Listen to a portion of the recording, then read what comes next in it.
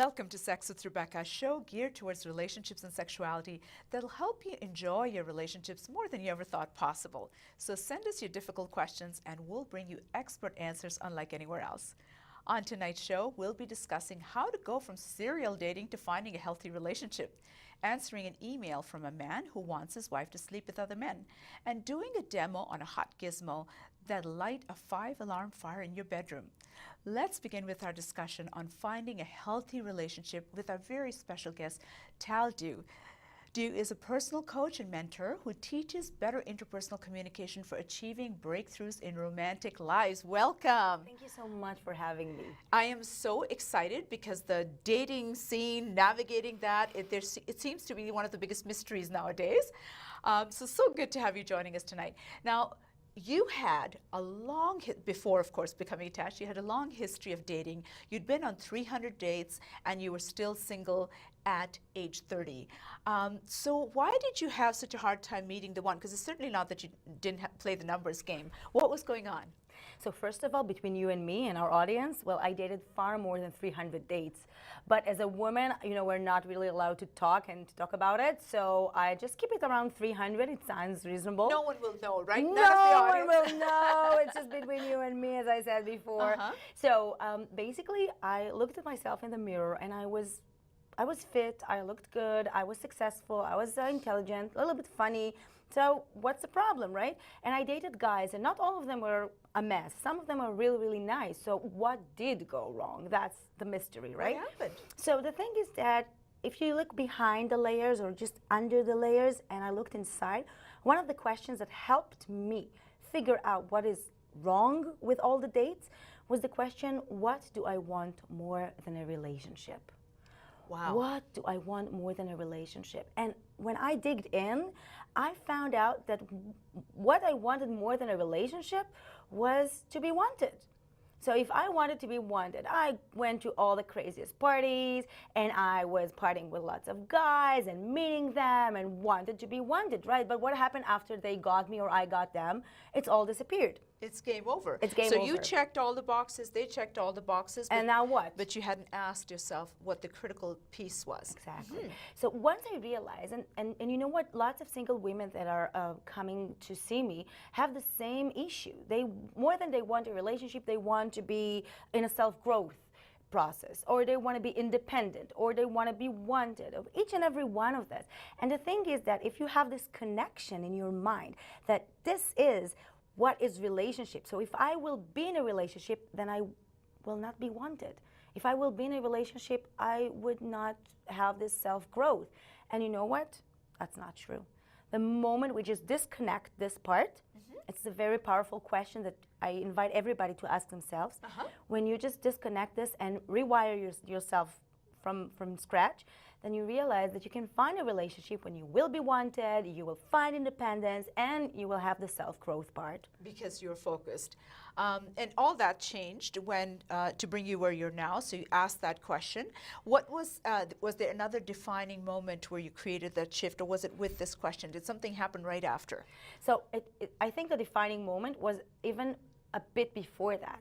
I was dating a guy which was really hot, and I met him through my dad's work, so what can go wrong, right? We were jogging together for miles, we were very fit, and we're, you know, looking great. Everything went on the right path until I figured out that something bad is happening, that he's keeping me apart from my friends, and he wants me by the way he treats me, and if somebody made a mistake, then the way he talks to me. And it started rolling down the hill over and over again that I controlling your life. It started controlling my life in a way that I'm not gonna talk and elaborate about this specific moment, but I found myself crying in the shower, and then I told myself no more. And at this specific moment, I made a covenant with myself. So this, you know, when this person is controlling you, it's going exactly against what you have been talking about, knowing what you want, and you made a covenant with yourself. Can you tell us in 30 seconds or less, what was this covenant? The covenant was to, first of all, to get engaged with myself, to love myself, and not to let anybody diminish me ever. That's the, like, in a nutshell. It's a promise that you made to yourself. Yes. That's absolutely beautiful.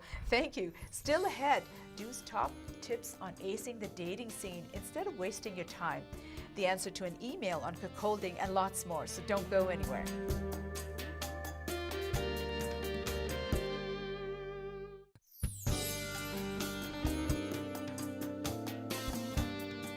Welcome back to Sex with Rebecca, geared towards making your relationships more robust than you ever thought possible. So send us your questions, and we'd love to bring you some expert advice. Today's question is from Jason. My girlfriend and I have been together for 10 years. We met as teenagers and have the best relationship. But since I'm the only man she's ever had sex with, I'd love for her to experience sex with another guy while I watch.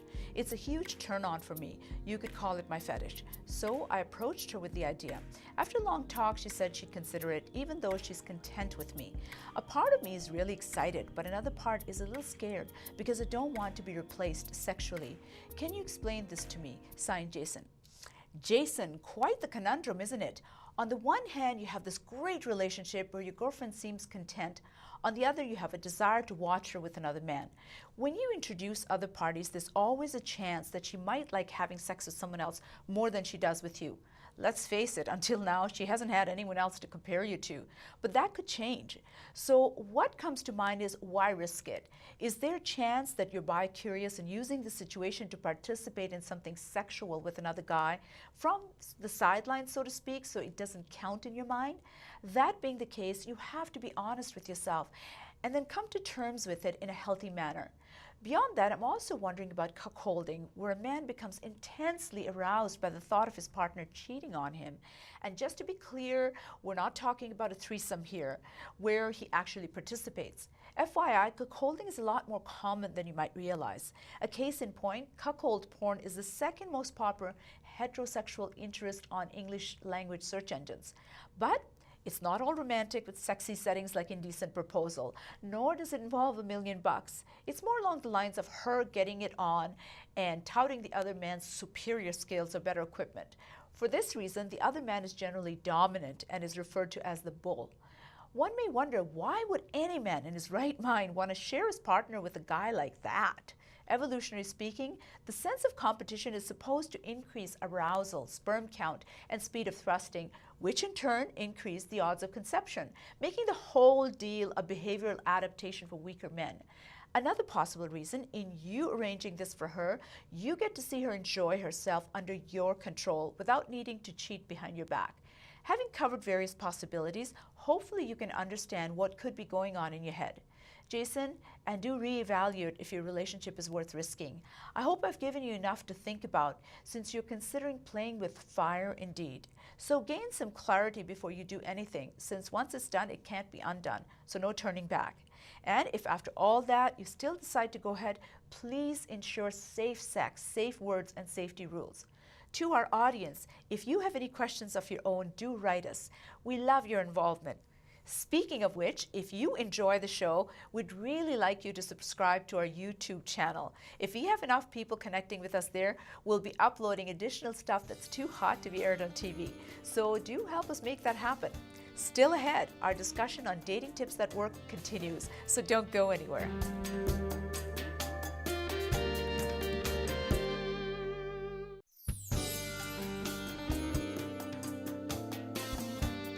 Welcome back to Sex with Rebecca, a show where we bring you expert advice on important matters to help your relationship be more intimate, exciting, and emotionally fulfilling.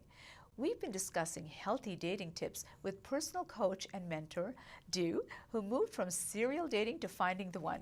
Dew, what do you find to be the most challenging points for singles in starting that meaningful relationship, moving away from that serial dating thing? Well, that's a great question, Rebecca. I think that people don't want to give up what they have, right? So people, what they want is to have both, to have this side of fun and excitement and serial dating, and you have all this hormones inside and all this adrenaline inside. But on the other hand, they also want to be together, right? But they feel that they have to compromise. Now, I want to say something, especially for our generation. Relationships are messy. Yes. Relationships takes a lot of, I can't call it work because work has, like, I don't know, bad connotations. Negative connotations. But yeah, it needs our self-investment. I love the word investment. That you need to invest in order to gain. It's like in a financial game, okay? Right. So you need to put in the bucket because you want to get more money in your bank. Okay, so one of the things that you want to realize is that when you date, you can have a little bit of both, and you need to set and work. And this is something that is very, very needs to be understood by the youngsters that want to keep on dating, but on the other hand, have somebody to be holding them at night. Yeah, so they want the best of both the single world as well as the dating world. Now, I know that the dating sites and apps and all, they're all par for the course. How can people ace that, or do you even believe in that? Well, I totally believe in this because according to last year, every 1 of 8 people are dating through websites, and every 1 of 4 in Canadians, and 52% of them are actually engaging with relationships. So what I say, because the first time I entered this game, I was puzzled. It looks like a battlefield, like so many people. Oh my gosh! Yeah, but competition, and everybody. You know what? After leaving my profile, after 20 minutes, I had 70 messages. How do you cope with that, right? Right. So the one thing is, don't get overwhelmed. That's one thing. The other thing is just to totally understand that this is a game. And you have to play by the rules. Like you want to play chess or checker, so you know to play. You need to know how to play by the rules, right? So one of the most important things is to have your profile picture, and you want to be beautiful, to show some flash, but not too much. So if you're a lawyer who looks for somebody, to very conservative relationships, don't put yourself out there in a bikini, right? Because this is not what you want to propose yourself. We have to understand that this is only a moment it's like a window. Yes, it's window dressing, and you want to put something that you can back up, and you don't want it to be inconsistent. Yes. So the picture is really, really important. So accentuate your assets, but don't be cheap. Exactly, and we have to understand that it's not just because of the picture, or they're not picking or not picking you, but this is the first, like, they're window shopping, and they want to click on you. So let's be the one who is very approachable to everyone, especially using the words. Are you using good words to describe yourself? What are some good words? Like, can I say myself that I'm a fun girl? And talk about in a positive way about myself. That I'm creative, that I'm energetic, so find my own personal branding and do the branding to yourself. And what you bring to the relationship so they can visualize themselves with you. There's no room for criticism, especially not self-criticism, no room for cynicism, because it doesn't come across very sexy. I think you're so right, because as women, a lot of times we will say negative things, self-deprecating remarks, because we are looking for compliments. But that's not the way to do it. Now, you've written a remarkable book that talks about all of this. So tell us about it. What 12 keys to finding love in less than 300 dates? In other words, not doing what you had to do. Exactly. So can you give us like a really quick Reader's Digest version of what is this book about? What can our audience learn from this? So first of all, I have to say, when I was 28, I was standing in front of the door of what used to be the love of my life, and he told me, I'm not going to marry you. And ouch. Yes, that was a huge ouch. And for 4 years, I had this journey of 300 dates or more. And the thing is that I went from one edge of excitement and being wooed and wanted to the other edge of feeling so lonely. And in this book, I'm helping and I'm showing other women, especially women, how to get over and how to find love in a less painful and less time and less disappointment. So there are lots of guiding exercises there, guided meditations there, a little bit of my story from professional point of view and personal point of view. And then they can, write their own exercises. And I totally believe in journaling. I think journaling is a very important tool, and it helps us to reflect back on our stuff. And it helps to keep record as well. Hold on to that thought. I know there's lots more we want to tell our audience. When we return, we'll be discussing successful dating tips, so don't go anywhere.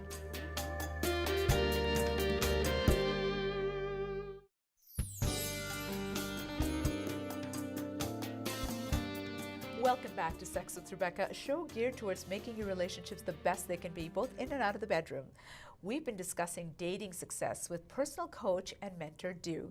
Dew, any tips on how to make that first date successful? So assuming you're on the first date, and how to make that successful, and the time right after that, once hopefully you're into second and third dates. Okay, so a great question again, and I really believe in preparation. So when you're coming to set the date, try to figure out what activity you will make you outshine, will make you great. So if you're not a talker, then maybe going to a place, to a coffee shop and talk for 3 hours is not the best way to present you, right? It'll just make you anxious. Exactly. Maybe try to look for something that you both like to do together. Figure it out what to do together. Like where you can shine. Yeah, you would like go dancing, go bowling. I personally don't really like the movies unless both of you are not talkative. So then you can after talk about what the movie is all about, but try to find something that you both feel comfortable in outshining and bring yourself. Because what's the purpose of first date? What's the goal of first date? To get the second and the Exactly, third. thank you. So now you have the second, the third. They're successful because they listen to you. So what are some tips on once you get going? Well, first of all, for guys, one of the most important thing is to make the woman feel that you are trustworthy. Yes, this is that's one critical. It is because even if you don't know where it's going, but you want to, you're curious about this lady. You want to know and learn more about it. Maybe it can develop to something very beautiful, but make her feel trustworthy. Don't check out other women while you do that.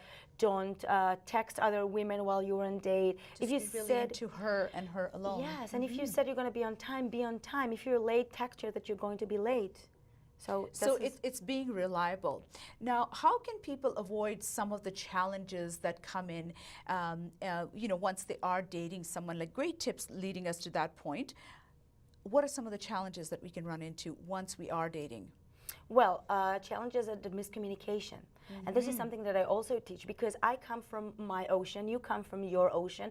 We don't have just words as words. We have all cultural background, all sociological and psychological background behind our words. And once my boyfriend told me, I'm very comfortable with you. But in my language, comfortable and convenient were the same word. So I sort of like, what so am I like offended? I was very much offended, and he said, no. I am comfortable with you. You're so fun. You're so sexy. I can relax with you. Exactly. We can have some jokes together, and it's like have a drink together. That's so fun. But I took it the other way, and lots of times when people are communicating, they just mean something, but it comes across as something else. So take the moment to ask. What exactly did you mean? Clarify, particularly if you're feeling offended, because the person's not trying to offend you. They're on a date with you after all. So there's cultural differences. There's also gender differences too, because men and women communicate very differently. So you're basically saying for guys, let her know that what you say you're going to do and be invested in her. Yeah. Any other few final tips? I know, of course, they can buy your book, but is there any final tips that you'd like to leave our audience with so they don't get stuck in the serial dating and they do try to find the one? Yes, after a month, between a month and 3 months, I have many single ladies that are calling me with despair. What happens to him? Why is he like taking a step back or 2 steps back? So usually what happens after a month or 2 or 3 is that, we're all involved in the relationship and the charm is a little bit backing off, but then the women, and it's usually the women, they have this tendency of giving up themselves, of being so much and too much invested in the relationship that they're not invested in themselves. So my best tip is hold on with the conversation for a moment. I truly believe in conversation, but just a second, you have to master the art of conversation. But before that, take a moment back to yourself. Back to yourself. So it comes down to everything you've said today. Great tips has been, what do you want? And focus on yourself. Don't be all in and just gushing all over him that you forget yourself. Don't forget yourself, in other words. Great tips. Thank you so much, Dew, for all these remarkable insights. Still ahead, our final segment with a special demo on a new line of bedroom toys that'll put the play back in foreplay. So don't go anywhere.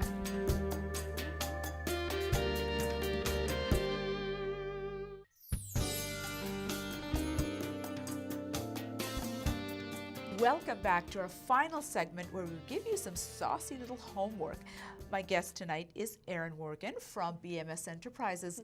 Hello. Good evening. Hi. So you brought some great stuff, and it's by, have BMS created all of this? Yes, so this is all by BMS. We're a local Canadian company, and We're a pleasure product manufacturer. I know that the owner is very excited about these products, so tell us what you brought for us today. Right, so our brand new line is called Commotion. Commotion. Commotion. To create some commotion in the bedroom. Exactly. It's pretty unique. It's not your typical rabbit style vibrator. Right. So we've got two different styles. Both are named after a different dance. Oh. So this one's the rumba. Rumba. The rumba has a nice rabbit clitoral, but where it's unique is it's got 4 beads that powerfully drive up and down in the shaft. Wow. Yeah, you can That feels wrap your hand. amazing. It's pretty cool. cool. So you don't have to do any thrusting with the toy, it's doing it for you. Exactly. It kind of simulates the thrusting motion. And these little ears, they can go near the lips, so it secures it. Awesome. Exactly. So that's the one That's the style. rumba. What's the next one? This one's called the samba. The samba. So it's a little unique too. It's got actually a coil in 3 distinct spots. And it's hooked up, so it would get the G spot. It's got the G stimulator, and Yeah. then the clitoral is a triple. Oh, that's a beautiful Yeah. Okay, so this is against the clitoris, and then that's against the lips.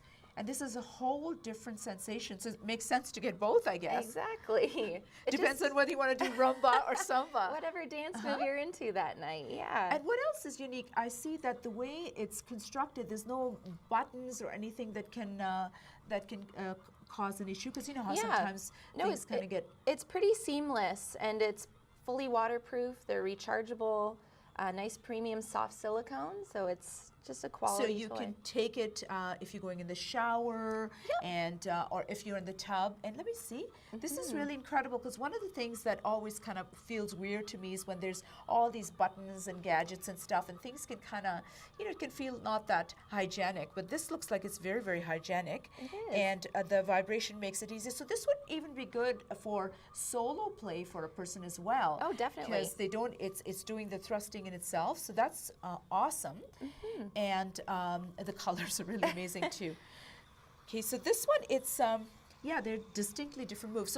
So in a minute or less, tell me a little bit about BMS, because I know that it's really exciting to have a homegrown company, and Definitely. Steve has put a lot of effort into it because he also owns Aren't We Naughty store, so he listens to the customers. That's what he said. Yes. So on the retail side, we are the Aren't We Naughty chain of stores, and so much of what goes into our product development is the feedback that we get from the customers. So Right. everything is comes back to us, and then it helps us to develop our products so that they're exactly what people are looking for. And you've thought everything through, because I've spoken with Steve and Ida, the owners, and I was saying, hey, what about this, what about that? And they told me, no, this wouldn't work for this reason. So it means that they've thought it through, and some really amazing engineering has gone into it. The other thing I love is this is not a super loud toy. no, it's not. So it's not distracting. all of our toys have the same power bullet motor, so it's incredibly strong and powerful, And but very very soft. quiet at Awesome. the same time. And of course, they can go to Aren't We Naughty for that and tons more stuff. Absolutely. Thank you so much, Erin, for bringing all this to us. Thank and you. viewers, I hope you have some homework in front of you. Thank you for joining us tonight. Be sure to tune in again next week. And don't forget to email us your questions and subscribe to our YouTube channel to catch up on missed episodes, watch your favorite shows again, and get a few extras that are way too hot for TV. I'm Rebecca Rosenblat, your host, wishing you happy, healthy, and passionate relationships. Until next time.